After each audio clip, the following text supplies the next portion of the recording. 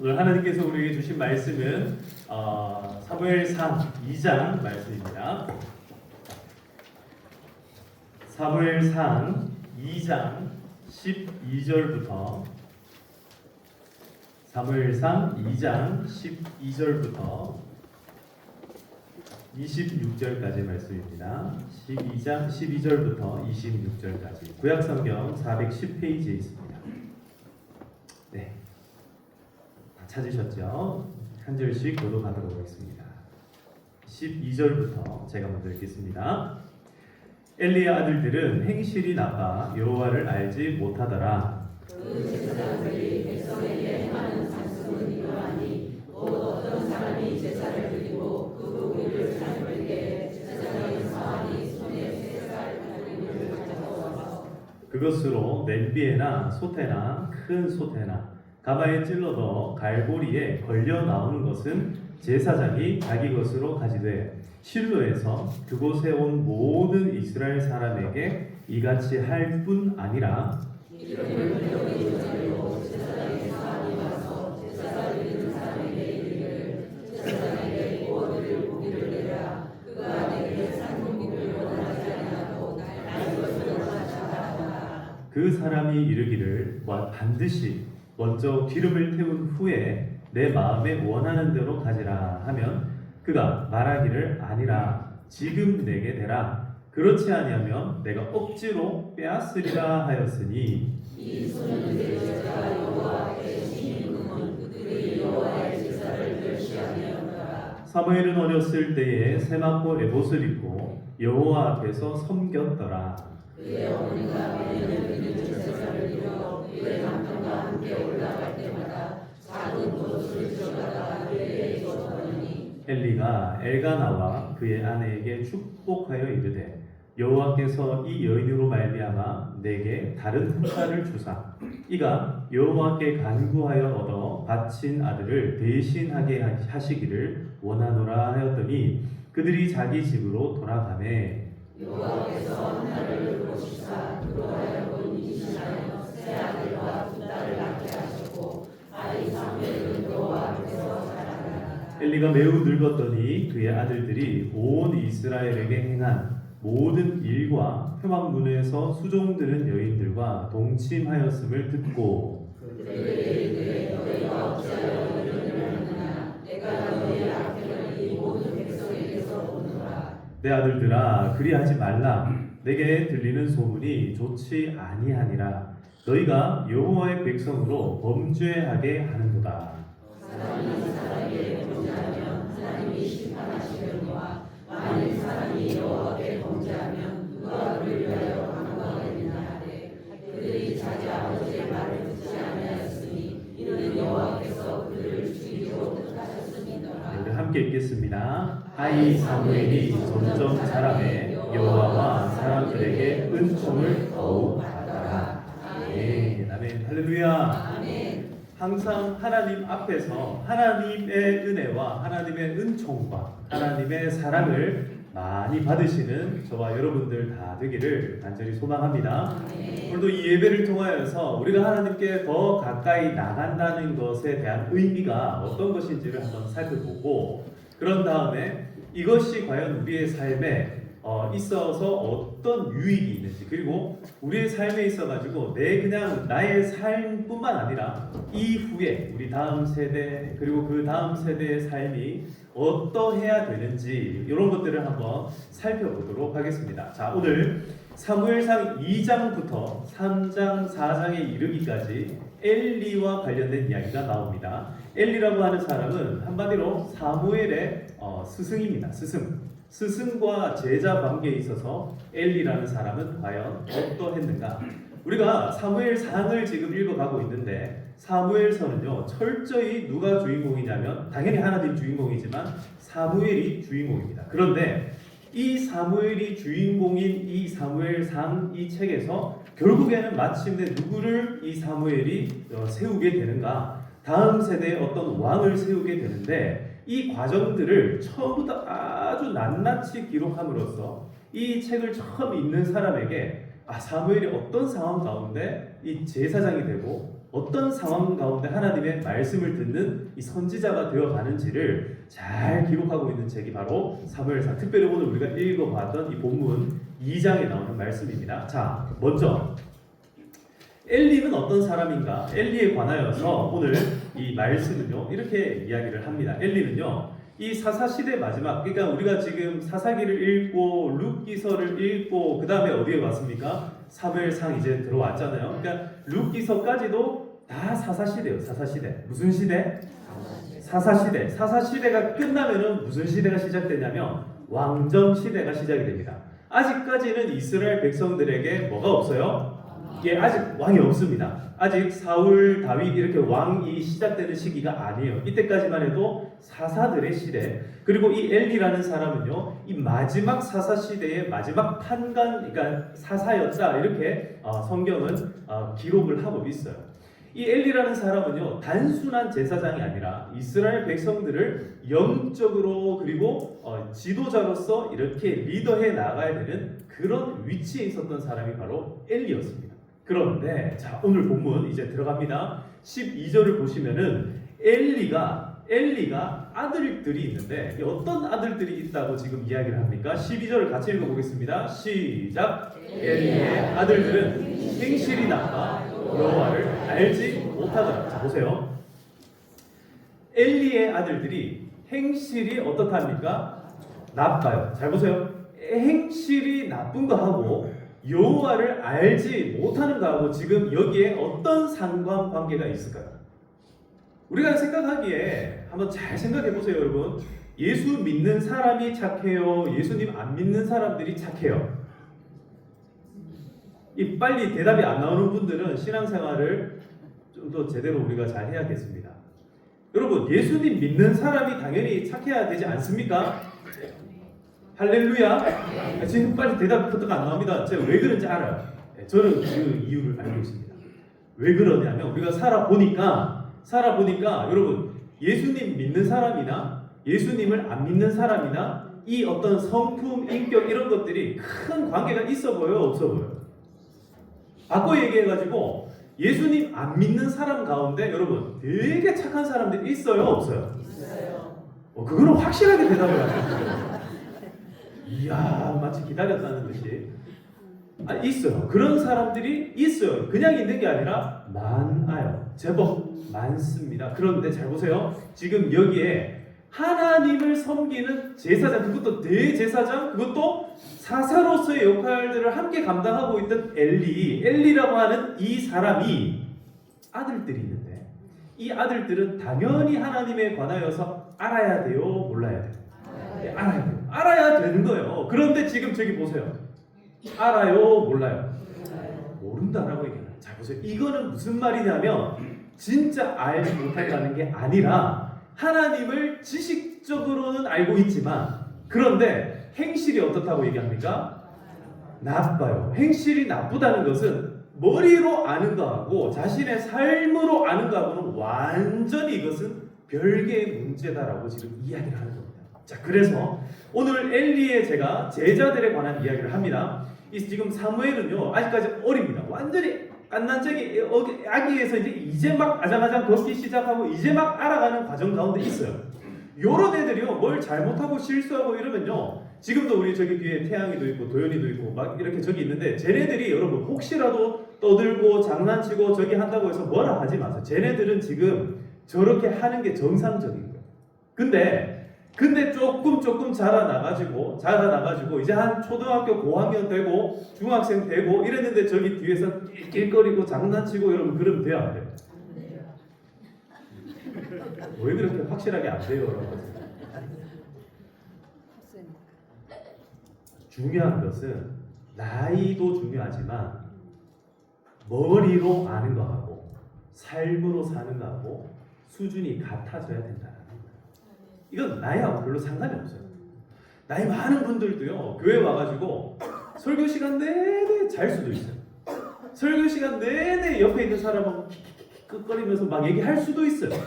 그런데 중요한 것은 하나님을 알면 알수록 하나님을 이해하면 이해할수록 뭐가 더 좋아요? 옆에 있는 사람이랑 떠드는 게 좋은 게 아니라 뭐가 더 좋아져요? 말씀을 듣는 게 더 좋아지는 게 아주 자연스러운 현상이라는 거예요. 그러니 지금 오늘 이 엘리의 아들들은요, 비록 하나님을 머리로는 알고 있고, 그리고 하나님을 섬기는 장면을 누구보다 가장 가까이서 본 자식들이, 그런데 이놈의 자식들이 어떻게 합니까? 행실이 어땠더라? 나빴다. 행실이 나빴다. 저 말은 지금 머리로 아는 것과 가슴으로 하나님을 섬기는 것, 진짜 삶으로 하나님께 가까이 나가는 것하고 굉장한 괴리를 가지고 있다는 거예요. 그래서 저는 여기에서 첫 번째 대지로 이렇게 말씀드립니다. 이 엘리의 아들들은요, 익숙한 제자였다.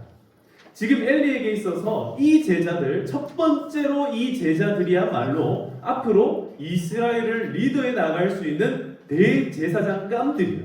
왜냐하면 아버지가 그랬으니까. 이 혈통에 있어가지고 지금 우리 식으로 얘기하자면 그런 겁니다. 뭐 저기 대기업 자식들이 대기업을 물려받는 거, 여러분 우리가 당연하게 생각하는 부분도 있지만 또 때로는 그렇게 당연하게 생각 안 하잖아요. 근데 그런 정도의 수준이 아니에요. 하나님은요, 혈통별로 각 지파별로 땅을 딱 구분해 놓으셨어요. 역할들을 딱 구분해 놓고 그렇게 살아라라고 말씀을 하셨어요. 굉장히 특별한 경우, 그러니까 뭐 나실인과 같이 아무런 상관이 혈통적으로 레위인도 아닌데도 불구하고 레위인의 역할을 할 수 있는 길들은 열어놓으셨어요. 그러나 레위인이고 혹 이 제사장의 계열에 있는, 특별히 대제사장 계열에 있는 사람들은 늘 대제사장을 해야 되는 게 하나님의 이 명령이었습니다. 그런데 엘리의 두 아들, 익숙한 제자들이었던 이 두 아들은 어떻게 합니까? 하나님을 알지 못했다라고 말씀합니다. 자, 대체 행실이 어떻게 나쁜가 이제 한번 살펴보겠습니다. 이 13절을 보시면요, 13절에 보시면 그 제사장들이 백성에게 행하는 관습은 이러하니, 이거는 관습입니다. 하나님의 명령이나 하나님의 말씀이 아니라 자기들이 만들어낸 관습이에요. 이거 이렇게 하면 안 되는데, 이렇게 해라는 말씀 한 적도 없는데 자기들이 만들어낸 관습이 어떤 거냐? 보세요. 곧 어떤 사람이 제사를 드리고 그 고기를 삶을 때에 제사장의 사환이 손에 뭐를 들고 와요? 새 살가위로 이렇게 이게 포크 같은 거를, 큰 포크 같은 거를 가지고 와가지고 어떻게 하는 거예요? 솥에 푹 집어넣어가지고 탁 끄집어냅니다. 그래가지고 걸려 나오는 것은 전부 다 누구 거? 자기 거. 이 제사장이 누구? 엘리야.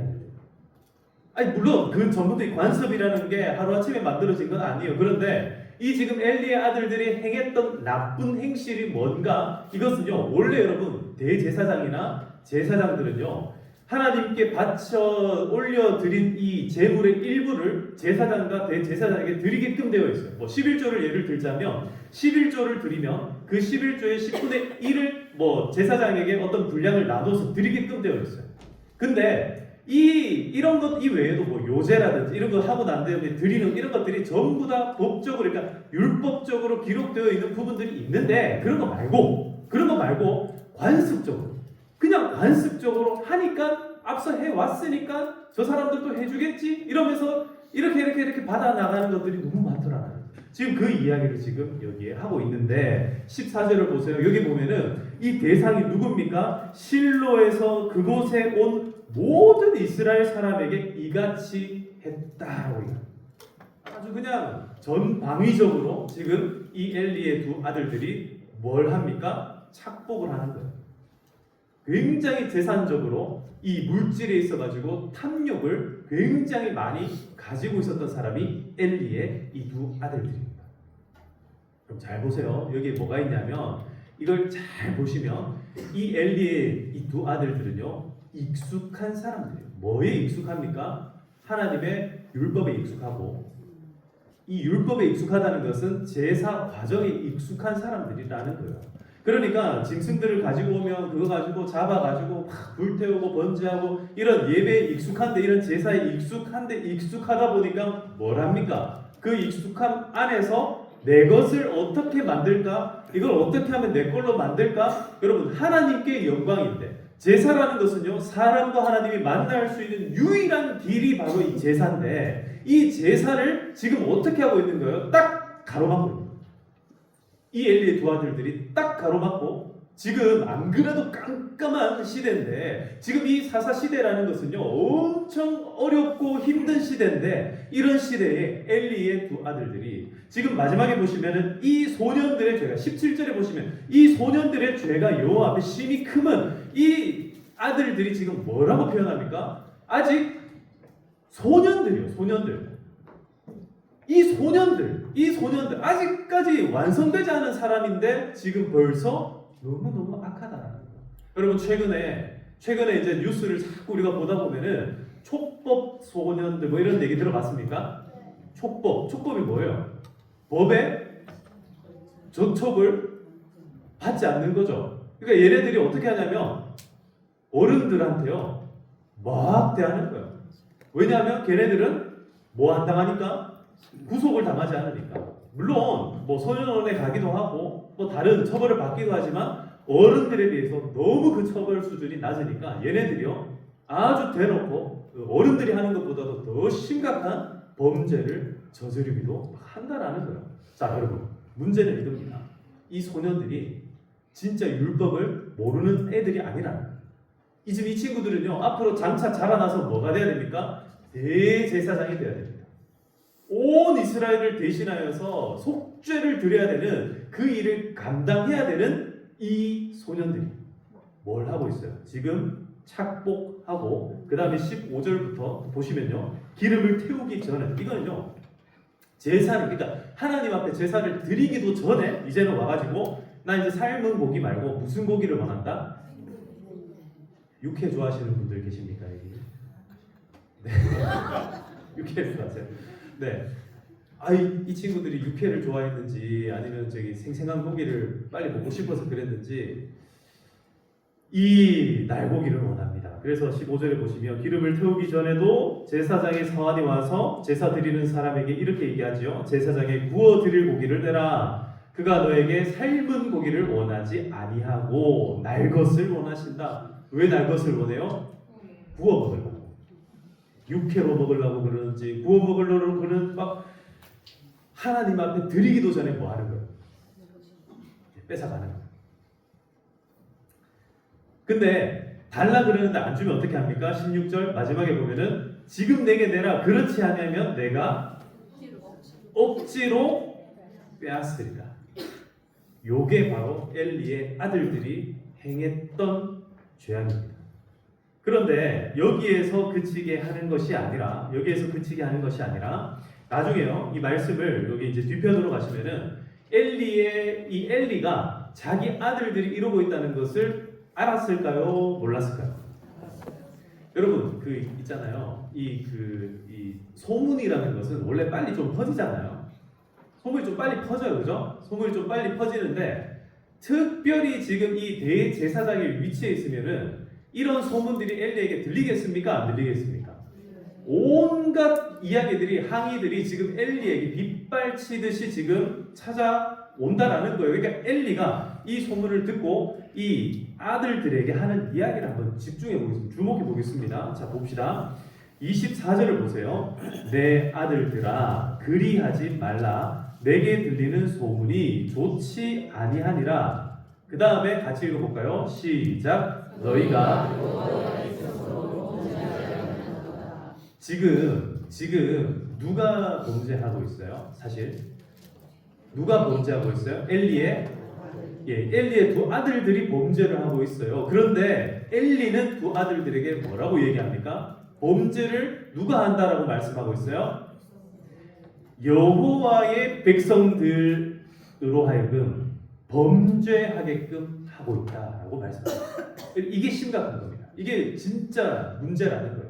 너희들이 죄 짓고 너희들이 잘못하는 거 너희가 벌 받으면 된다. 그러나 이 위치에서 너희가 앞으로 제사장의 역할을 감당하고 대제사장으로서의 역할을 감당해야 되는데 너희가 지금 이렇게 하면은 결국 누가 범죄하게 된다는 거예요? 하나님의 백성들, 이스라엘 백성 전체가 다 오염된다는 거예요.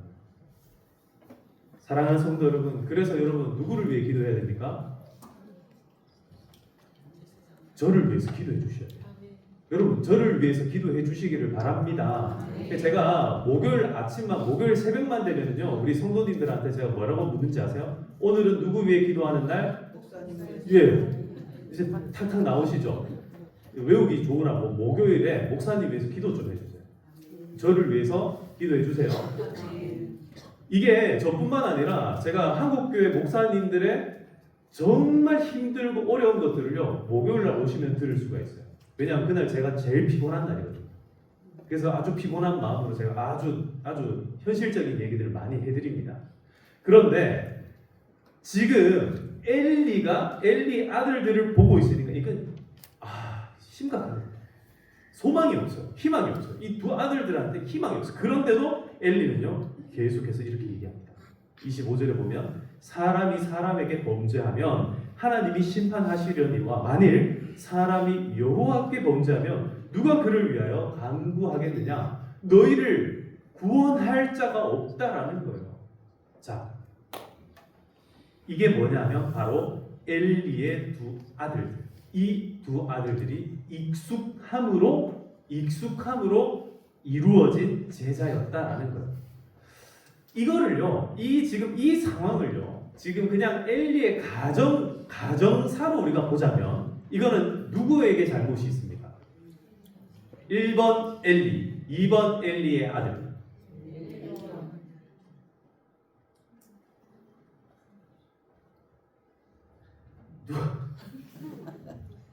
누가 잘못한 거예요, 지금? 엘리가 잘못한 거예요? 엘리 아들들이 잘못한 거예요? 저도 뭐 자식들은 엘리가 잘못했다 그럴 수 있겠죠. 그러나 부모 입장에서 누가 잘못한 거예요? 부모님들은 내가 잘못했다 이렇게 생각합니까? 아니야. 반대로 생각하는 거 아니에요? 여러분 표면적으로 보세요. 지금 표면적으로 보면은 누가 잘못했어요? 엘리가 잘못했어요? 엘리 아들들이 악행했어요? 그래, 엘리의 아들들이 악행을 저질렀어요. 누구 잘못입니까? 그래, 엘리의 아들들이에요. 쟤네들 대답 되게 잘하네. 엘리의 아들들이 잘못한 거예요. 엘리가 잘못한 게 아니라 엘리의 아들들이 잘못했어요. 그런데 우리는 이 상황을 보면은 누구에게 화살을 날립니까? 왜 그래요? 왜 그렇습니까? 부모니까. 부모이기 때문에 부모된 마음은요 늘 그런 거예요. 자식이 잘못하면은 누가 잘못한 것 같아? 내가 잘못한 것 같은 거예요. 그냥 아이가 잘못하면요, 잘못을 저지르고 다니는 그뿐만 아니라 아이가 조금만 아파도요, 감기만 걸려도 누가 잘못한 것 같아요? 부모가 잘못한 것 같아요. 혹 내가 잘못해가지고 저 자식이 저런 게 아닐까? 혹 내가 잘못해가지고 지금 우리 아이가 아픈 게 아닐까? 이런 생각들을 하는 게 이게 부모 마음이라는 거예요. 그러니까 여기 계신 모든 자녀 여러분, 부모님 속썩이면 된다 안 된다? 안 돼요. 부모님이 어떤 분이든지 간에 속썩이지 말고 부모님 말씀 잘 듣고, 특별히 부모님이 좋은 말씀할 때는요 그 말씀 딱 붙들고 잘 들으시기를 축복합니다. 그러면 너네들이 이 땅에서의 인생이 길어진다, 장수한다, 이렇게 말씀을 하고 있는 거예요. 자, 근데 여러분 제가 분명히 말씀드리는데, 지난번에도 제가 말씀드렸죠. 예수님이 맹인의 맹인을 바라보면서 전 맹인이 잘못해서 그렇습니까? 부모가 잘못해서 그렇습니까? 사람들이 그렇게 얘기할 때 예수님 뭐라 얘기했습니까? 하나님의 영광을 드러내기 위해서 그런 것이다 라고 말씀한 거예요. 때로는요 우리가 모든 걸 다 내 탓으로 할 때가 있어요. 모든 게 내 탓 같아요. 그냥 내가 잘못 살았고, 내가 이것밖에 안 되고, 내가 요것밖에 안 되고, 우리 자식이 저런 것 같고, 우리 자식이 저것보다 좀 더 잘 됐으면 좋겠는데 이것밖에 안 되는 그런 느낌이 들 때가 있어요. 그런데 분명히 말씀드리는데요, 부모가 자식을 교육해야 될 때가 있습니다. 교육해야 될 때는요 아주 무섭게 교육을 해야 됩니다. 초다를 두려워하는 자는 자식을 사랑하는 게 아니다라고 분명히 말씀하고 있어요, 성경이. 그러나 그 때를 넘어섰는데도 자식이 잘못하는 것은요 그 자식에게 문제가 있다는 거예요. 거기에까지 우리가 어떻게 할 도리가 없어요. 그러면 왜 이런 상황들을, 우리는 왜 이런 엘리의 가정사까지도 우리가 알게 되어야 될까? 여러분, 이 가정사를요 풀 방법이 없습니다. 사실은 끊임없이 하나님은 엘리에게 말씀합니다. 자식들을 돌이켜봐라, 권해요. 엘리는 어떻게 합니까? 하나님 말씀대로 그렇게 합니다. 근데도 안 돼요. 안 되는 건 안 돼요. 그런데 이런 상황들을 통해서 다시 말씀드리지만 하나님의 영광을 나타내려 함이라. 따라합시다. 하나님의 영광을 나타내려 함이라. 우리의 연약함과 우리의 부족함과 우리의 정말 어쩔 수 없는 이 한계들까지도 하나님께서 뭘로 사용하신다는 거예요? 영광을 드러낼 도구로 사용해 주실 줄로 믿습니다. 아멘. 여러분 그거 믿고 나아가시기를 축복합니다. 아멘. 엘리는요, 비록 내 가정 돌아보면요, 막 속에 불타올라요. 안 돼요. 내 뜻대로 안 돼요. 엘리가 자기가 잘못한 것도 있을 거예요. 그런데 이 자식들 좀 돌이키려고 노력해봐도 안 돼요. 안 되는 거예요. 왜 그런가? 대체 왜 그런가? 자, 이제 조금 더 제가 이 성경적인 이 시야를 조금 넓혀서 한번 살펴봅시다. 여러분, 엘리 상황이 지금 엘리가 처해져 있는 이 사사시대의 특징이 뭐라 했습니까? 어두운 상황입니다. 죄짓고 용서받고 또 죄짓고 용서받고 하고 막 계속 반복되는 가운데 어둠 속으로 더 깊이 들어가는 것 같은데 아니에요. 계속해서 희망으로 하나님께서 이끌어 가시는 과정이 바로 사사시대입니다. 보세요. 엘리의 아들들이 결국 이로 말미암아 이 두 아들들은 나중에 죽습니다. 결론부터 제가 스포를 드리면 이 아들들은 죽습니다. 그런데 이 죽음으로 말미암아 누가 제사장으로 등극합니까? 사무엘이 나타납니다. 여러분 가장 어두운 시절에 가장 어두운 시대에 누가 나타나냐면 바로 희망이 하나님의 백성에게 나타난다. 그게 때로는요 이 사무엘과 같은 사람이기도 하고요. 그게 때로는 바로 저와 여러분들이 되기도 한다라는 거예요. 오늘 저는 이 평화교회와 함께 이 목회 현장에서 기도하고 말씀 듣는 가운데 그런 것을 소망해 봅니다. 저와 여러분들을 통해서 가장 어두운 시절이라고 말씀드릴 수 있는 지금 이 현대사에서 교회로 보자면 정말 교회는요 그야말로 이제는 부흥하잖아요. 교회는요 이제 막 쇠퇴기를 향해서 막 달려갑니다. 그런 가운데서도 우리 평화교회가 사무엘과 같이 하나님께 은총받고 사람들에게 은총받는 그런 교회 되기를 축복합니다. 저는요 여러분들의 가정이 여러분들 한 사람 한 사람이 다 그런 분들 되기를 축복합니다. 아이고 목사님 이제 이 나이인데 내가 이 나이에 또 축복을 여러분 끝까지 죽을 때까지 하나님 앞에 쓰임 받으시기를 축복합니다. 이게 너무너무 중요합니다. 제가 오늘 사무엘 지금 막 라이징 스타예요. 떠오르는 샛별입니다. 근데 제가 조금 더 뒤에 일어날 일들을 미리 말씀드리자면 사무엘도 역시 자녀 교육에 실패합니다. 사무엘도 자녀 교육에 실패해요. 그 위대한 사무엘도 하나님께 은총받고 사람에게 사랑받았던 사무엘도 자식 교육에 실패해가지고 나중에 사무엘의 아들들을 재판관으로 그러니까 사사로 못 세워요. 지도자로 못 세웁니다. 당신들 사무엘을 향하여서 그 백성들이 그 사무엘을 사랑했던 사람들이 사무엘에게 와가지고 당신 자녀들을 통해서는 우리가 절대로 지도자로 세울 수가 없습니다. 그 리더십을 우리가 따를 수가 없습니다. 나중에 막 들고 일어나요. 그래서 누가 왕이 됩니까? 그래서 왕이 된 사람이 바로 사울이에요. 사울이 왕이 됩니다. 사랑하는 성도 여러분, 자 익숙한 제자였던 이 엘리의 두 아들들 하나님을 알고는 있었지만 그러나 삶으로 하나님을 섬기지 못하고 하나님을 사랑하지 못하고 하나님의 백성들을 품을 줄을 몰랐어요. 그랬더니 어떻게 됩니까? 결국에는 하나님과 가장 가까이 있어야 될 이 사람들이 하나님과 가장 멀어진 사람이 되고 맙니다. 때로 성도의 삶 가운데 왜 어려움이 찾아올까? 지금 이번 주가 무슨 주일입니까? 종료주일. 종료주일부터 이제 부활주일 전까지 우리는 고난 주간으로 보통 지키죠. 이렇게 고난 주간을 지키는 이유는 그 주간 동안에 누가 고난을 당하셨어요? 예수님이 고난 당하신 것을 기념하는 그 주간이 고난 주간이에요. 이 고난 주간을 보내면서 우리가 혹 오해할 때가 있어요. 특히 중세 시대 때는요. 이게 너무 오해가 심해져가지고 그 시기에 금욕을 하는 거예요. 금식을 합니다. 물론 기도하기 위해서 금식할 수 있습니다. 근데 그런 거 말고 마치 예수님의 그 고통을 내가 대신 당해야 되는 것처럼, 심지어 어떤 사람은요, 이 고난 주간에 자기 손을 십자가에 못 박는 사람도 있어요. 여러분 그거 하면 돼요, 안 돼요? 잘 생각해 보세요. 고난을, 고통을 누가 대신 져주셨습니까? 예수님이 우리를 대신 져주셨는데 그 고난을 다시 가져와서 내가 대신 다시 또 지고 있으면 그게 여러분 바른 일이에요? 잘못된 일이에요? 그 잘못된 일이에요. 고난 주간은요, 여러분들이 고난 당해야 되는 주간이 아니라 고난 주간이야말로 우리 인생에 닥쳐진 고난들을 해결해 주신 예수님을 깊이 묵상하는 시간이에요. 그래서 오늘 제가 여러분 주보에 뒤에 보면은 이 지금 이번 한 주간에 우리가 이 저녁 기도회 때 나눌 말씀들을 제목을 하나하나 써놨어요. 미리 묵상하시라고 제가 써놨는데, 인생에 왜 고난이 찾아오는가, 이게 이제 첫 번째 주제입니다. 내일부터 이 고난에 관한 말씀들을 하나씩 살펴볼 겁니다. 여러분, 우리 인생에 고난이 없을 수가 없어요. 그런데 적어도 이 고난이 왜 찾아왔고, 이 고난의 문제를 어떻게 해결하셨고, 고통의 문제들을 우리는 어떻게 바라봐야 되는지, 그리고 인생에 있어서 이런 일들이 찾아올 때마다 꼭 이 문제들을 어떻게 우리가 해결하고 어떻게 이것들을 헤쳐나갈 수 있는지, 이런 말씀들을 우리가 한 주 동안 살펴볼 겁니다.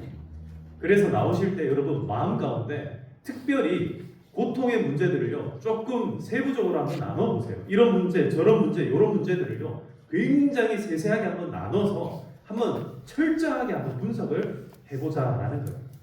여러분 이번 고난 주간들을 통해서 정말 제가 기도하는 건 그런 거예요. 여러분 누구도 저는요 고통받지 않기를 축복합니다.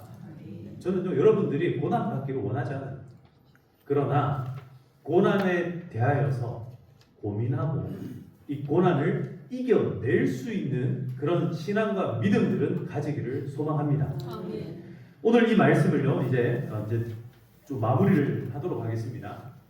이 두 번째 대지로 넘어가서, 그러면 엘리의 두 아들들은 익숙한 제자라면, 그러면은 두 번째로 새로운 제자가 나타나는데 그 사람의 이름이 바로 사무엘입니다. 자, 이 사무엘은요 어떤 사람입니까? 26절 말씀을 보시면은 이렇게 이야기하죠. 아이 사무엘이 점점 자라매, 이렇게 나타납니다. 사무엘은 아이였어요. 그것도 어떤 아이였는가 하냐? 어떤 아이였는가? 자, 18절을 다시 한번 보실까요? 18절을 보시면 사무엘은 어렸을 때에 세마포 에봇을 입고 여호와 앞에서 섬겼더라 라고 되어 있죠. 자, 요 말씀을 펼쳐놓고요. 여러분 지금 성경책에 있는 분들은 11절 한번 보세요. 11절을 보시면은 엘가나는 라마의 자기 집으로 돌아가고, 이거 지금 지난주 우리가 읽었던 말씀이거든요. 그 아이는 누구 앞에서? 자, 사무엘이 원래는 누구 앞에서? 누구 앞에서? 원래는 제사장 엘리 앞에서 여호와를 섬겨요. 그러면 이 섬김은 누구의 섬김이에요? 엘리의 섬김. 엘리의 섬김. 엘리가 여호와를 섬기는데 지금 수종드는 사람으로 지금 사무엘이 옆에서 누구를 섬겨요? 엘리를 섬겨요. 그죠? 근데 이 지금 단어가 18절에 가면 어떻게 바뀝니까? 18절 다시 같이 읽어보겠습니다. 시작. 사무엘은 어렸을 때에 세마포 에봇을 입고 여호와 앞에서 섬겼더라. 자, 누구 앞에서? 엘리 앞에서 섬기던 사무엘이 이제 누구 앞에서 섬깁니까? 여호와 앞에서 섬기기 시작합니다. 그리고 이 사무엘을 위하여서요, 지금 사무엘은요 지금 엄마 품에서 자라는 게 아니에요. 1년에 한 번씩 겉옷을 맞춰주기 위해서 한나가 찾아올 뿐이에요. 그러니까 그야말로 사무엘은요, 뭐 우리식으로 얘기하자면 금수저, 은수저가 아니라 진짜 그야말로 흙수저밖에 안 되는 거예요. 이거 왜 제가 이런 말씀을 드리냐면, 그래도 1년에 한 번씩 와서 뭐 옷도 지어 입혀주고 좋지 않습니까? 그게 아니에요. 엘리의 두 아들들은요, 자기 아버지 바로 옆에서 어떻게 하면 제사를 잘 지낼 수 있는지를 끊임없이 보고 지켜보고 가르침을 받았단 말이에요. 근데 이 사무엘은 그야말로 맨 땅에서 헤딩하는 거예요. 그야말로 어릴 때부터 그저 옆에서 조그만한 거 도와주면서 그냥 옆에 쫄쫄 따라다닐 뿐이었다라는 거예요. 그러니까 이 아이에게는요 어떤 가능성이나 어떤 희망 같은 것들이 없는 상태예요. 그러나 사무엘은 하나님 앞에 서더라는 거예요. 뭘 알아서가 아니라 뭘 몰라도 어찌됐건 누구 앞에? 여호와 앞에, 사랑하는 성도 여러분, 하나님 앞에 가시기를 축복합니다. 아멘. 하나님 앞에서 하나님을 섬기기를 축복합니다. 네. 그랬더니 어떻게 합니까? 21절에 여호와께서 한나를 돌보시사 그로 하여금 임신하여 세 아들과 두 딸을 낳게 하셨고, 다시 아이 사무엘은 누구 앞에서 살아요? 여호와 앞에서. 할렐루야. 아멘. 여러분, 여호와 앞에서 살아가시고 여호와 앞에서 여러분들이 성장하시기를 주님의 이름으로 축복합니다. 여호와 앞에서 자라니라, 여호와 앞에서 자라나기를 소망합니다. 지금 우리가 여기까지 살아온 것 하나님의 은혜인 줄로 믿습니다. 하나님께서 우리를 붙드셔서 오늘 여기에 우리가 함께 모여 하나님을 예배합니다. 이게 전부 다 하나님 앞에서 일어나야 된다는 겁니다. 여러분, 누구에게 보이려고 이렇게 합니까? 하나님께 보이려고 그렇게 하시기를 축복합니다.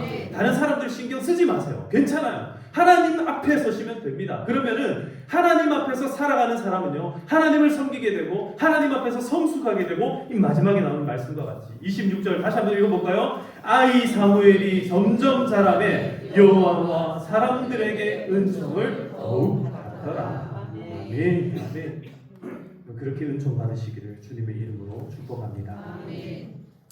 어두운 시대를 밝히기 위하여서 사용하시는 하나님의 사람들은요, 어떤 사람입니까? 바로 이 사무엘과 같은 사람들이에요. 엘리의 두 아들들은요, 익숙했습니다. 제사가 뭔지도 알았어요. 여러분, 혹 이 예배가 좀 익숙하신 분들이 있습니까? 예배가 너무 익숙해가지고 예배 자리에 나오면은 벌써 감동은 별로 없고, 예배에 나오면은 그저 마음이 그냥 편안하다고, 이거 편안함을 넘어서서, 편안한 건 괜찮아요. 근데 편안함을 넘어서서 나태해질 때가 있지는 않습니까? 예배 자리에 나온다는 것은요, 늘 긴장스럽고 늘 하나님을 향한 경외감으로 나와야 될 줄로 믿습니다. 저는요, 이 강단에 설 때마다 마음이, 심장이 두근두근 거려요. 오늘 제가 이제 우리 권사님들 앞에서 기도하시잖아요. 그래서 제가, 다른 분들은 몰라도 제가 권사님들은 항상 기도하기 전에 내려오라 합니다. 일부러 목양실로 오셔가지고 저하고 기도 좀 하고 갑시다 해서 같이 기도하고 올라가요. 아까 전에도 그렇고 우리 권사님들이 기도할 때마다 전부 다 그래요. 목사님 지금 막 손이 떨려서 지금 이거 지금 눈에 들어올지 안 들어올지 모르겠어요. 다들 힘들어하세요. 근데 저는요, 매주 그래요. 매주 여기 올라설 때마다 이 글씨가 눈에 잘 안 보여요. 근데 이 긴장되고 떨리는 마음으로 여기 설 때마다 어떤 마음이냐면, 오늘도 하나님께서 나에게 은혜 주시겠지. 오늘도 하나님께서 우리 평화교회 각 성도님들에게 은혜 엄청나게 주실 거다. 저는 그런 마음들을 가지고 올라와서 기대를 하고 소망을 합니다. 여러분, 예배가 익숙해지기 마시기를 축복합니다. 예배는요, 익숙하면 안 돼요. 예배는 날마다 새로워야 될 줄 믿습니다. 새로워져야 돼요. 하나님께 은혜 받는 것도 익숙해지면 안 돼요. 새로워져야 됩니다. 오늘 여러분 받는 이 은혜가 새로운 은혜가 되어야 될 줄로 믿습니다.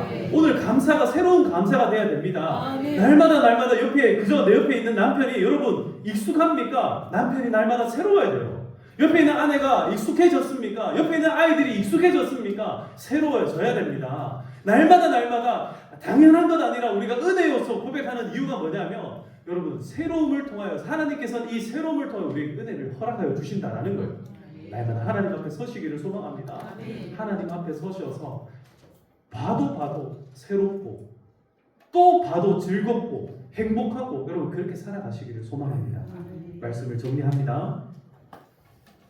엘리는 이 사사시대 마지막에 등장하여서 가장 어두운 시절에 등장하여서 자기의 인생도 어두웠고 자기의 삶도 막 돌이킬 수 없는 상황이었으나, 그러나 이 엘리는 끝까지 축복의 사람이 됐습니다.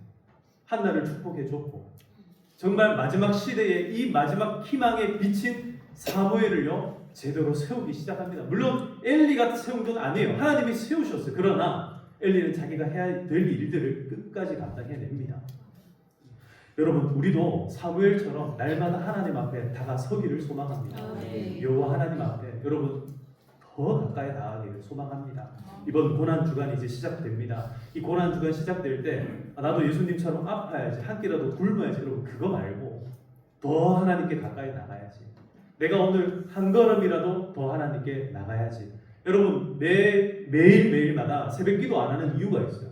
새벽 기도 말고 저녁 기도 하는 이유가 뭐냐면, 한 분이라도 더 나오라고 지금 그렇게 하는 거예요. 한 분이라도 더 나오셔서 여기에서 하나님을 만나시기를 축복합니다. 여기서 하나님 앞에 기도하시고 정말 한 번이라도 더 하나님 앞에 간절함으로 아뢰고 부르짖어서 하나님 앞에서 성장하고 성숙하고 은총받는 여러분 되시기를 주님의 이름으로 축복합니다. 우리 함께 찬양합시다. 하나님께로 더 가까이 갑니다. 고통 가운데 계신 주님, 변함없는 주님의 크신 사랑, 영원히 주님만을 섬기리. 짧은 찬양인데요, 이 찬양을 우리 정말 한 주 동안 묵상하는 마음으로 찬양했으면 좋겠습니다.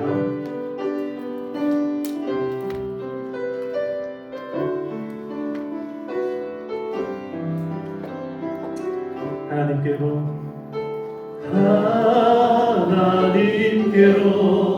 더 가까이 갑니다. 고통 가운데 계신 주님, 변함없는 주님의 크신 사랑, 영원히 주님만을 섬기리. 다시 한 번 더. 하나님께로 더 가까이 갑니다. 고통 가운데 계신 주님, 변함없는 주님의 크신 사랑, 영원히 주님만을. 우리 마지막으로 다시 한 번 더 고백합시다. 하나님께로 더 가까이, 하나님께로 더 가까이. 그 십자가 고통을 짊어지신 주님을 향하여 고통 가운데 계신 주님, 변함없는 주님의 크신 사랑, 영원히 주님만을 섬기리. 아멘. 이 시간 우리 함께 기도할 때 주님, 오늘 우리의 영혼이 하나님을 향해 나아가기를 소망합니다.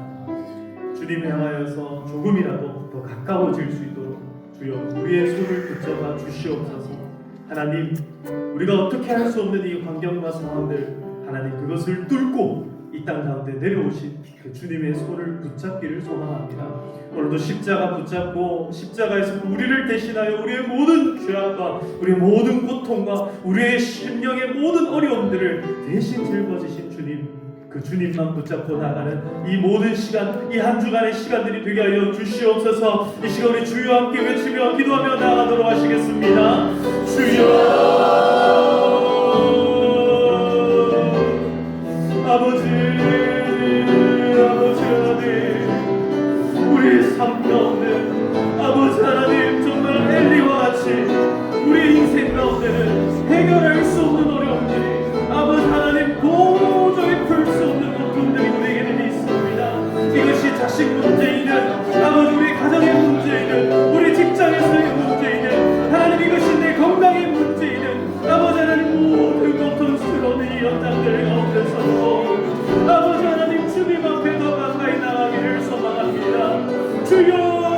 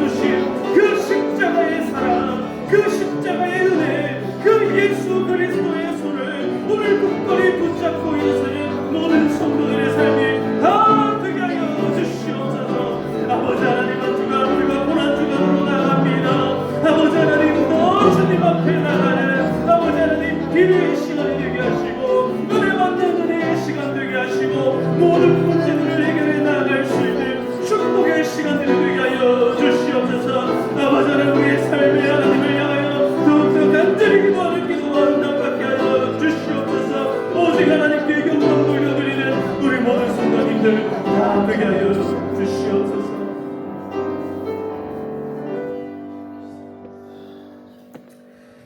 사랑과 은혜가 풍성하신 아버지 하나님 감사합니다.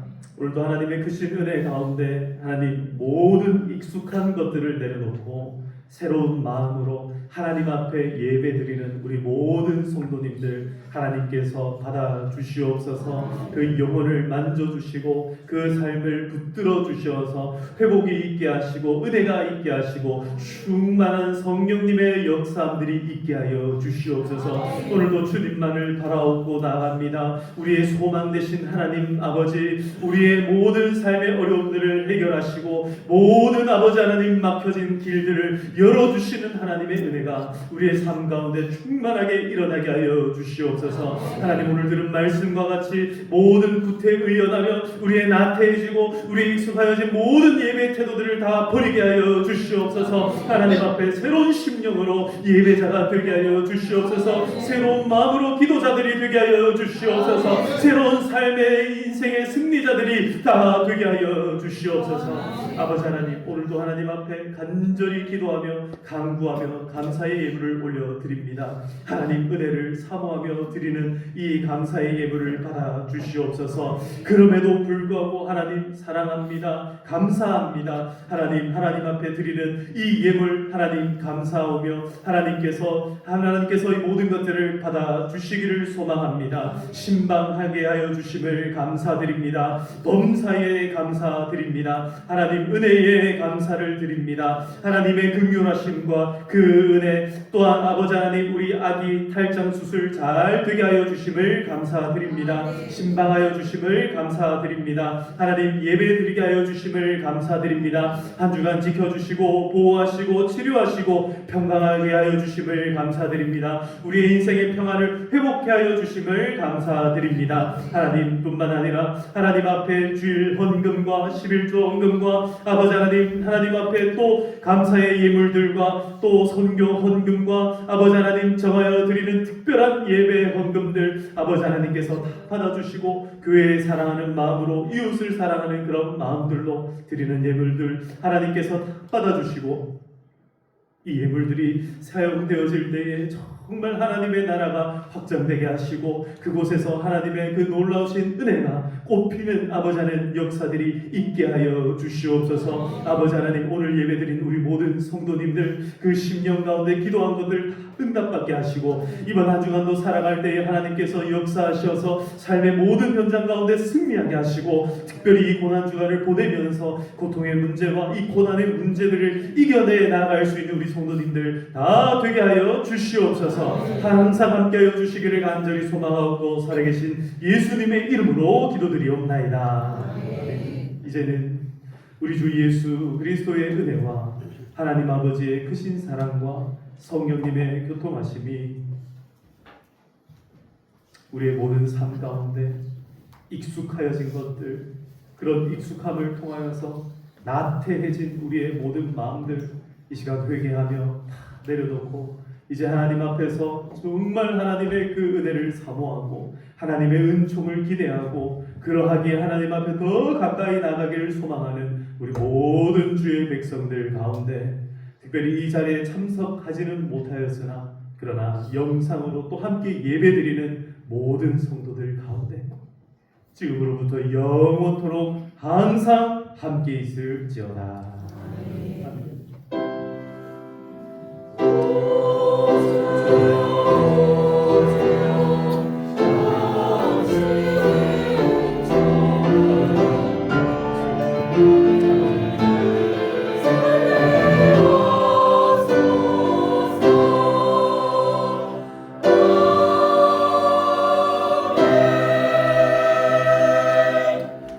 우리 하나님 앞에 영광의 박수 올려드리겠습니다. 네, 우리 옆에 분들과 인사하시겠습니다. 늘 새롭게 살아갑시다. 네, 다시 한 번 더 사랑합니다. 축복합니다. 인사하시겠습니다. 네, 다시 축복하시겠습니다.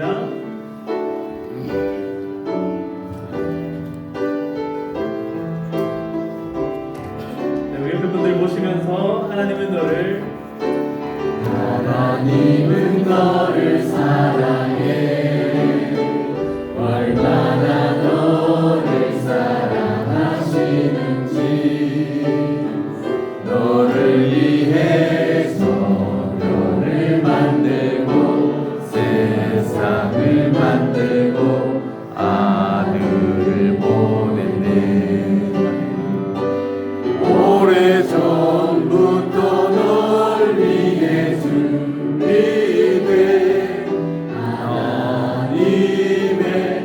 크신 사랑 너의 가는 길 주의 사랑 가득하기를 축복해 오래전부터 널 위해 준비된 하나님의 크신 사랑 너의 가는 길 주의 사랑 가득하기를